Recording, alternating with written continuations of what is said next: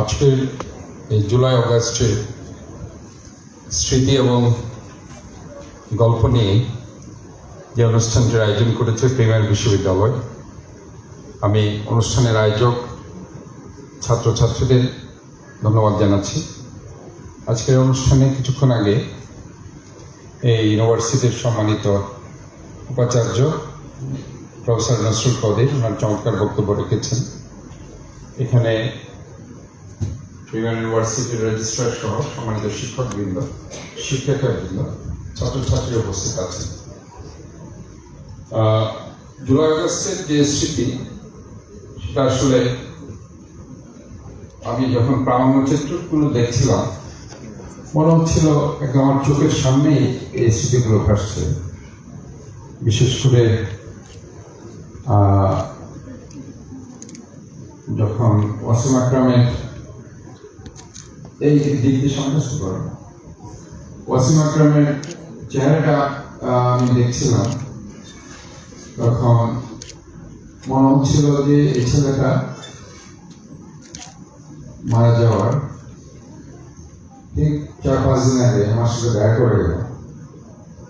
এবং যখন সে 16 জুলাই, আমার এখনো মনে আছে, 16 জুলাই আমি বাসার নিচে বসে আছি, ছেলেগুলো মুরাদপুরে গেল। মুরাদপুরে যাওয়ার পর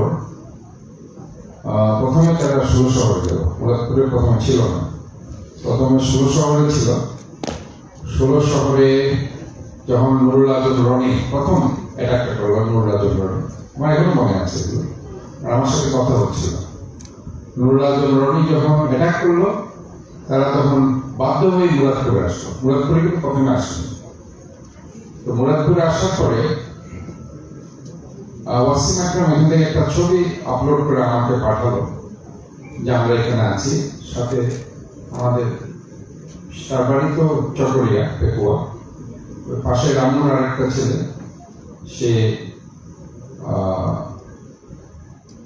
ফাইনাল ইয়ারের মেডিকেল স্টুডেন্ট, জনি, এখন ডাক্তার হয়ে গেছে।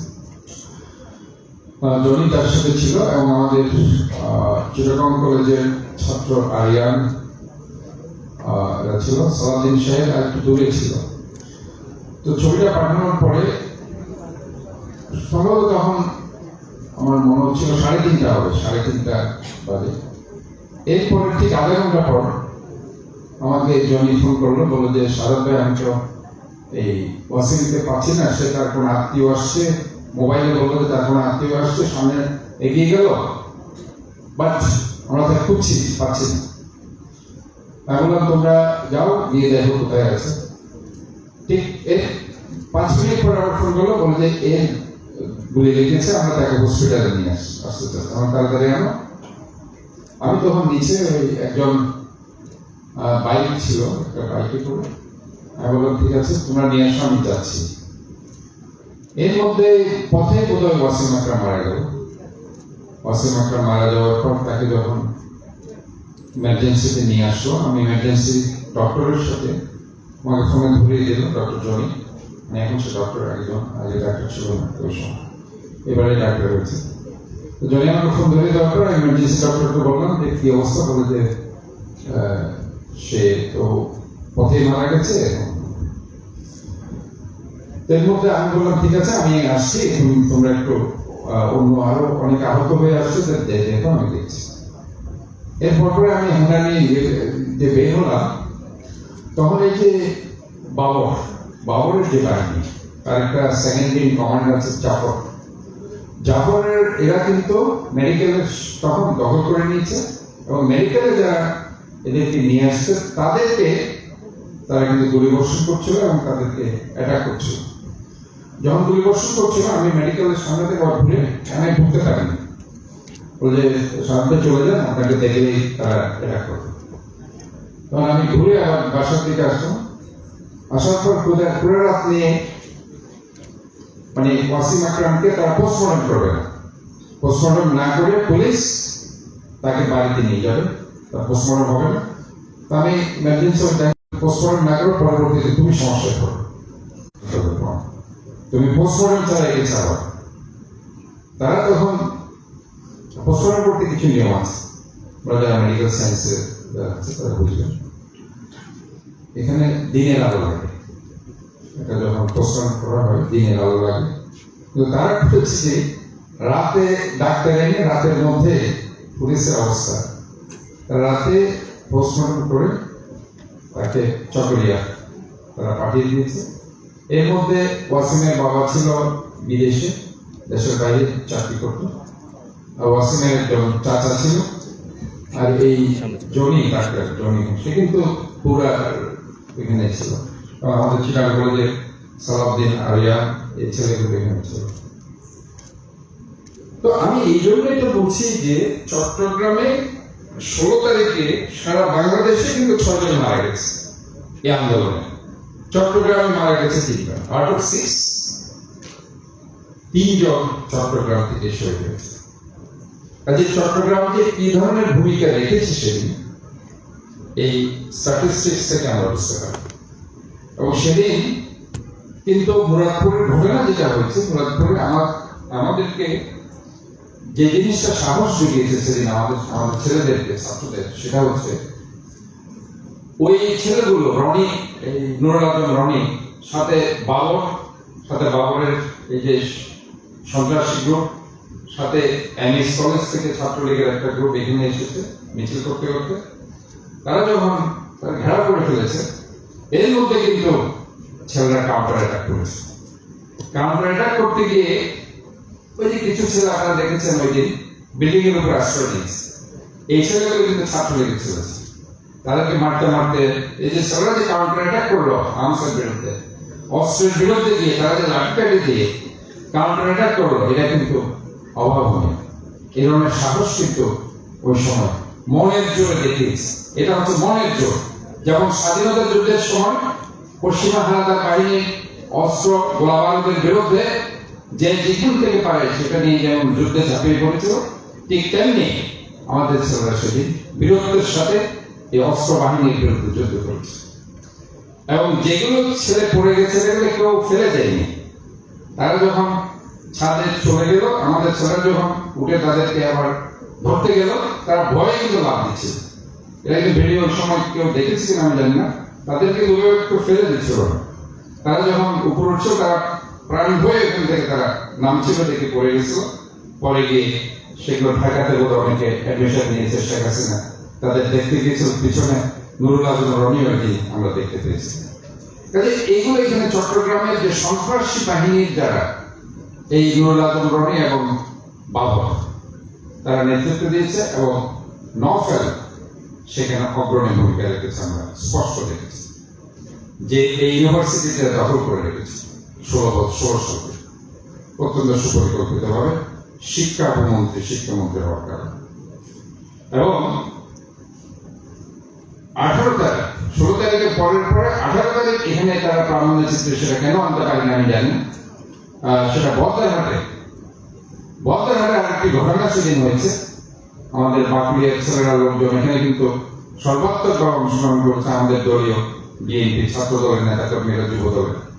ওখানে কিন্তু 3 জন শহীদ হয়েছে বদ্দারহাটে। সবসময় সেটা 71-এর মুক্তিযুদ্ধে যদি শহীদ প্রেসিডেন্ট জিয়া রহমানের চট্টগ্রামের স্বাধীনতার ঘোষণার কথা বলে, কিংবা এই 2024-এর জুলাই অগাস্টে চট্টগ্রামের ছাত্রদের এবং আমাদের ছাত্রীদের, আমাদের বোনদের যে সাহসিকতা আমরা দেখেছি, সেগুলো কিন্তু ইতিহাস সবসময় স্মরণীয়।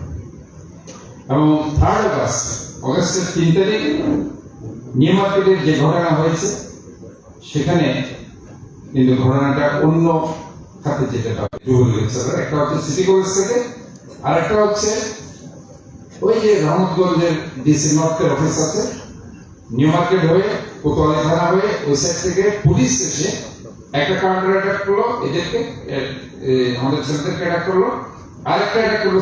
2 সাইড থেকে অ্যাটাক করে পুরা ছেলেদেরকে ছত্রভঙ্গ করে দিল। এবং ছেলেরা যখন প্রাণ হয়ে দৌড়ে এই জুবলি রোডের দিকে চলে আসছিল, তখন দৌড়াতে নিউ মার্কেটের ডিসাইড হয়ে, এবং ওইখানে কিন্তু অনেক ছেলের সময় আহত হয়েছিল। এবং ওই কাউন্টার অ্যাটাকটা কিন্তু আমাদের ওই সাইডে যখন শ্রমিক যুবকরা এবং আমাদের ছাত্র দল, যুব দলের ছেলেরা কিন্তু কাউন্টার অ্যাটাকটা দিয়েছে। ওই কারণটাকে যদি ঠিক ওই দিন দিতে না পারতো তাহলে কিন্তু ঘটনা অন্য কাজে প্রবাহিত হতো। কারণ ওই সময় কিন্তু বিভিন্ন জায়গায় ছাত্রলীগ যুবলীগের ছেলেরা কি বলেছিল যে 1 মিনিটের বেশি এরা থাকতে পারে না। এটা একটা সোশ্যাল মিডিয়াতে তারা এই ধরনের একটা নিউজ তারা দিতে। এবং 3rd আগস্টে বিকেলে যেটা হয়েছে, আমি একটু বাইরে ছিলাম, বাইরে থেকে এসে আমার সাথে ছাত্র বৈষম্য বিরোধী কিছু ছেলের কথা হলো। তারা আমার বললো যে আমরা একটু আসবো, কিছু অর্থনৈতিকভাবে তাদের কিছু টাকা পয়সা দেওয়ার কথা ছিল।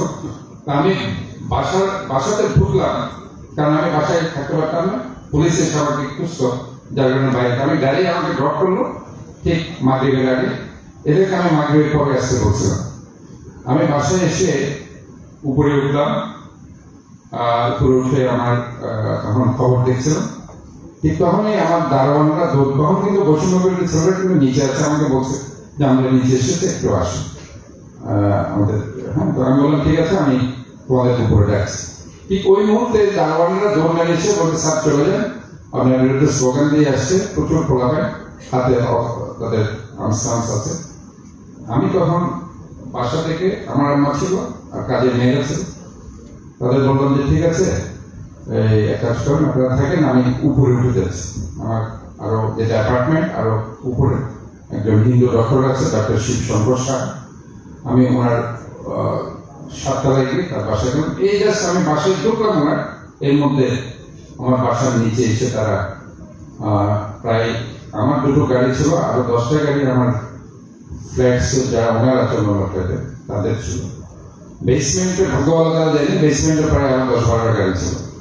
এই গাড়িগুলো তারা ভাঙচুর করলো এবং 2টো গাড়িতে তারা আগুন দিয়ে দিল। এবং সবচেয়ে বেশি অন্যায় যে কাজটা করছে, আমার বাসায় 3 তলায় এসে ওই দরজাতে তারা ট্যাকার চার্জ করলো। এবং সেখানে আসলে এই স্মৃতিগুলো আসলে খুব কঠিন। কারণ ধরেন একটা বৃদ্ধ মা যখন একা, এবং সেখানে এই ধরনের ভীতিকর পরিস্থিতি, দরজা ভেঙে ফেলা, দরজা ভেঙে ঢুকবে আগুন দিয়ে, এবং রাস্তা থেকে যখন তারা আমার বাসায় ট্যাকার চার্জ করতে লাগলো, রাস্তা থেকে 3 তলাতে, এবং পাথর ছুটতে লাগলো, এই স্মৃতিগুলো বর্ণন। কাজে এখানে এই সমস্ত স্মৃতি নিয়ে কিন্তু আমাদের বেঁচে থাকতে হবে এবং আমাদেরকে দেশের জন্য কাজ করতে যেতে হবে। আজকে হয়তো আবু সাইদ, ওয়াসিম, মুগ্ধ, স্নিগ্ধ যারা দেশের জন্য প্রাণ দিয়েছে, তারা কিন্তু কিছু মেসেজ আমাদের জন্য রেখে দিয়েছে। এটা বৈষম্যহীন, দুর্নীতিমুক্ত, সুন্দর, সমৃদ্ধশালী বাংলাদেশ আমাদের করতে হবে, এবং এই জায়গায় আমাদের কোনো কম্প্রোমাইজ করা যাবে না। আজকে এই আন্দোলনটি 36 দিন যদি আমরা বলছি, এটা কিন্তু 36 দিনের কোনো আন্দোলন নয়। এই আন্দোলনটার ধারাবাহিকতা হচ্ছে গত 16টি বছর এই স্বৈরাচারী সরকারের বিভিন্ন ধরনের মানুষের যে মৌলিক অধিকার, গণতান্ত্রিক অধিকারটা শেষ করে দিয়েছে, তার বিরুদ্ধে সংগ্রামের নিষ্পত্তি হচ্ছে এই 36 দিনের যে ফসল, সেটা 5 আগস্ট। কাজে আমরা এই ঘটনা, আগের যে ঘটনাগুলো 600 মানুষের যে গুম হয়েছে, বিএনপি সহ অন্য বিরোধী দলীয় নেতাকর্মীরা, আমরা যারা বছরের পর বছর জেলে ছিলাম, আমরা কিন্তু কোনো আমাদের নিজের সম্পত্তির জন্য জেলে যাইনি। আমরা মানুষের মৌলিক অধিকার, গণতান্ত্রিক অধিকার রক্ষার রাজপথের সংগ্রাম করতে গিয়ে কিন্তু আমরা জেলে গিয়েছি। এবং খুব ইন্টারেস্টিং, এখানে দেখা যাচ্ছে আমরা যখন যে মামলাগুলোতে জেলে আমরা গিয়েছি, প্রত্যেকটি মামলার বাদী কিন্তু পুলিশ হয়েছে, যেখানে আওয়ামী লীগের নেতারাও কিন্তু বাদী হতে পারত। কাজে এখানে পুলিশকে প্রতিপক্ষ করে দেওয়া হয়েছে। যারা রাষ্ট্রযন্ত্রের যারা বাহিনী আছে, অত্যন্ত পরিকল্পিতভাবে তাদেরকে ধ্বংস করে দেওয়া হয়েছে। কাজে এই ইনস্টিটিউশনগুলোকে আমাদের রক্ষা করতে হবে, প্রতিটি ইনস্টিটিউশন। আজকে কথা এসেছে প্রিমিয়ার ইউনিভার্সিটির কথা, আমি কথা শুনছিলাম। আমি আপনাদেরকে স্পষ্ট করতে চাই, চট্টগ্রাম সিটি কর্পোরেশনে অনেক অনিয়ম দুর্নীতি ছিল, আস্তে আস্তে সেগুলো আমি ঠিক করছি। দুর্নীতিবাজ অফিসারদের বিরুদ্ধে আমি ব্যবস্থা নিচ্ছি।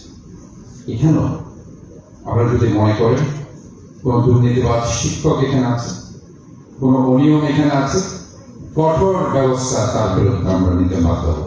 এ ব্যাপারে কোনো ছাড় আমি দিতে রাজি না।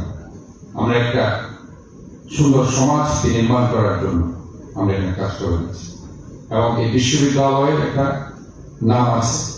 আমরা মনে করি যে এই নাম অক্ষুণ্ণ রাখার জন্য, সুনাম অক্ষুণ্ণ রাখার জন্য যেটা যেটা করার আপনারা যেটা সিদ্ধান্ত নেবেন সেই সিদ্ধান্ত কার্যকর করার জন্য ইনশাআল্লাহ আমি আপনাদেরকে সাহায্য করে দেব। আজকে এখানে জুলাই আগস্টের যে বিপ্লবের কথা, সেগুলো আমি আরেকটি বিষয়ে কিছু বলতে চাই। সেটা হচ্ছে যে এই জুলাই আগস্টে বাংলাদেশের আজকে অনেকে বিভিন্ন জায়গায় যে আহতরা আছে তাদের পাশে কিন্তু আমরা যেভাবে দাঁড়ানোর কথা সেভাবে কিন্তু আমরা দাঁড়াইনি। আমার এখনো মনে আছে 5 আগস্টের পরদিন 6 আগস্ট যখন আমি সেরকম মেডিকেল কলেজে রোগীদের দেখতে গেলাম, neuro surgery, eye ward, ENT ward, orthopaedics ward, একটা ছেলে আমি এরকমও দেখেছি তার গুলিটা ঠিক এই যে আমাদের এসোফাগাস আছে যেটা যে আমার খাদ্য যাচ্ছে স্টোমাকে, ঠিক সেই জায়গায় তার বুলেট প্রেসিডেন্ট আছে, সে খেতে পারছে না। এই ধরনের খুব কঠিন অবস্থায় আমি অনেককে দেখেছি। একটা চোখের ভিতরে গুলি ঢুকে গেছে, আই ওয়ার্ডে দেখেছি, পরে তাকে ঢাকাতে পাঠানো হয়েছে। কাজে ওই সময় আমাদের ছেলেরা কিন্তু তাদেরকে সাহায্যের জন্য এগিয়ে গেছে, সবাই তাদেরকে সার্বিকভাবে, কিন্তু রাষ্ট্রের যে সাহায্য, তাদেরকে বিদেশ পাঠানো কিংবা তাদের একটা পার্মানেন্ট ট্রিটমেন্ট, সে জায়গায় কিন্তু আমরা ব্যবহার করতে পারি। এই জায়গায় আমাদেরকে কনসেন্ট্রেট করতে হবে, কারণ এই আহতদের পাশে কিন্তু আমাদের থাকতে হবে। যারা চলে গেছে তাদের ব্যাপারে তো আমরা বলছি, কিন্তু যারা এখনো বেঁচে আছে, যারা দুঃসহ যন্ত্রণা স্মৃতি নিয়ে বেঁচে আছে, তাদের পাশে কিন্তু যেভাবে দাঁড়ানোর কথা আমরা জানাই, এখনো সময় আছে। আমরা যদি সর্বাত্মকভাবে তাদের পাশে দাঁড়াতে পারি, এটাও আমাদের জন্য একটা বিরাট সান্ত্বনা হবে। এই জুলাই আগস্টের বিপ্লবীদের পাশে আমরা দাঁড়াতে পেরেছি। যারা মারা গেছে তাদের আত্মাও শান্তি পাবে। আর এই 16 বছরের ইতিহাসে আমি যদি কাউকে বলতে চাই যে কার সংগ্রাম সবচেয়ে বেশি, এখানে কখনো আপসহীন দেশ নেত্রী খালেদা জিয়ার অবদানকে অস্বীকার করা যাবে না। একটি নেত্রী, একমাত্র নেত্রী, কোন কারণ ছাড়া শুধুমাত্র মানুষের অধিকার রক্ষা করতে গিয়ে জেলে গেছে 2 কোটি টাকার জন্য। যে 2 কোটি টাকা ব্যাংকে আছে এখন, সেটা 6 কোটি টাকা হয়ে গেছে। হাজার হাজার কোটি টাকা যারা আছে লোপাট করে দিয়েছে, বিদেশে যারা সম্পদ করেছে, দেশের টাকা বিদেশে নিয়ে গেছে, এদের শাস্তি অবশ্যই হতে হবে। এদেরকে দেশে আনতে হবে। দেশে এনে তাদের বিরুদ্ধে আইনগত ব্যবস্থা নিয়ে সর্বোচ্চ শাস্তি তাদের বিরুদ্ধে দিয়ে তাদের বাংলাদেশের যে আইনগত নিয়ম আছে সেই নিয়মের ভিতরে বিচার করতে হবে। এটাই আজকে আমরা চাচ্ছি। এবং আমি মনে করি আজকে আমাদের এই যে জুলাই বিপ্লবের যে আমাদের যে মেসেজ, সেটা যদি আমরা ঘরে ঘরে পৌঁছাতে পারি, তাহলে পরে আমরা শোষণ মুক্ত, দুর্নীতি মুক্ত, বৈষম্যহীন একটি বাংলাদেশ আমরা করতে পারবো। 71-এর মুক্তিযুদ্ধের যে স্বপ্ন মুক্তিযোদ্ধারা দেখেছিল, সাম্যতা, ন্যায় বিচার এবং মানবিক মর্যাদা, সেই জায়গায় দাঁড়িয়ে জুলাই আগস্টের এই যে মেসেজ, সেটা অবশ্যই আমরা যদি ঠিকমতো ইমপ্লিমেন্ট করতে পারি, তাহলে আমরা মনে করি আমরা দেশের জন্য কিছু করতে পেরেছি। আজকে আমাদের সবচেয়ে বড় চ্যালেঞ্জ হচ্ছে আমাদের যে মানুষের যে মৌলিক অধিকারের জায়গায়, সেটা এখনো আমরা ঠিকমতো আমরা ইমপ্লিমেন্ট করতে পারছি। আমাদের যে গণতান্ত্রিক অধিকার, বিশেষ করে আমাদের আইনের শাসন এবং ভোটের অধিকার, কারণ এখানে ইয়াং জেনারেশনরা গত 10-12 বছর ধরে তারা ভোট দিতে পারেনি, 14 বছর ধরে, 16 বছর ধরে তারা জানে না ভোট কি, কিভাবে ভোটটা দিতে হয়। কাজে এই অধিকার আমাদের আসতে হবে, কারণ এই অধিকার যতক্ষণ প্রতিষ্ঠিত না হবে, ততক্ষণ কাঙ্ক্ষিত লোককে আপনারা সংসদ সদস্য করতে পারবেন না, কিংবা মন্ত্রী করতে পারবেন না, কিংবা মেয়র করতে পারবেন না। কারণ দিস ইজ ভেরি ইম্পর্টেন্ট। আপনার যে অধিকার, যে ফান্ডামেন্টাল রাইট, যেটা আপনার যে ডেমোক্রেটিক রাইট, এটাকে আপনাকে স্টাবলিশ করতে হবে। এই ডেমোক্রেটিক রাইটের প্রাইম যেটার জন্য আমরা যুদ্ধ করেছি, সংগ্রাম করেছি, জেলে গিয়েছি, আমার অনেক ভাই গুম হয়েছে, গুপ্ত হত্যার শিকার হয়েছে, বিচার বহির্ভূত হত্যার শিকার হয়েছে, বছরের পর বছর জেলে গেছে, নির্মম নির্যাতনের শিকার হয়েছে। সেই জিনিসগুলো প্রতিষ্ঠিত করতে হবে আমাদেরকে। আমাদের যে ভোটের অধিকার, আমাদের যে যাকে ইচ্ছা তাকে ভোট দেব, একটা আনন্দঘন পরিবেশে ভোট সেন্টারে গিয়ে ভোট দিয়ে কাঙ্ক্ষিত মানুষকে সংসদ সদস্য করব, মেয়র করব কিংবা মন্ত্রী করব, এই অধিকারটা প্রতিষ্ঠিত হওয়ার অপেক্ষায় আমাদেরকে থাকতে হবে। এবং এই জন্য প্রয়োজনে আমাদেরকে যদি আবারও যুদ্ধে নামতে হয়, আমাদেরকে যুদ্ধ করতে হবে, কারণ আমাদেরকে ওই প্রকৃত অধিকার, আমার কাঙ্ক্ষিত অধিকার আমাদেরকে অর্জন করতে হবে। আজকে এই দিনে আমি এটা আশা করছি এবং আমি সবিশেষে আমাদের সম্প্রতি উত্তরা যে মাইলস্টোন যারা নিহত হয়েছে, শহীদ হয়েছে, যারা তাদের প্রতি গভীর শোক প্রকাশ করছে, পাশাপাশি যারা আহত আছে তাদের পাশে সবাইকে থাকার জন্য সবিনয় অনুরোধ জানিয়ে আমি আমার বক্তব্য শেষ করছি। আল্লাহ হাফেজ, সবাইকে ধন্যবাদ।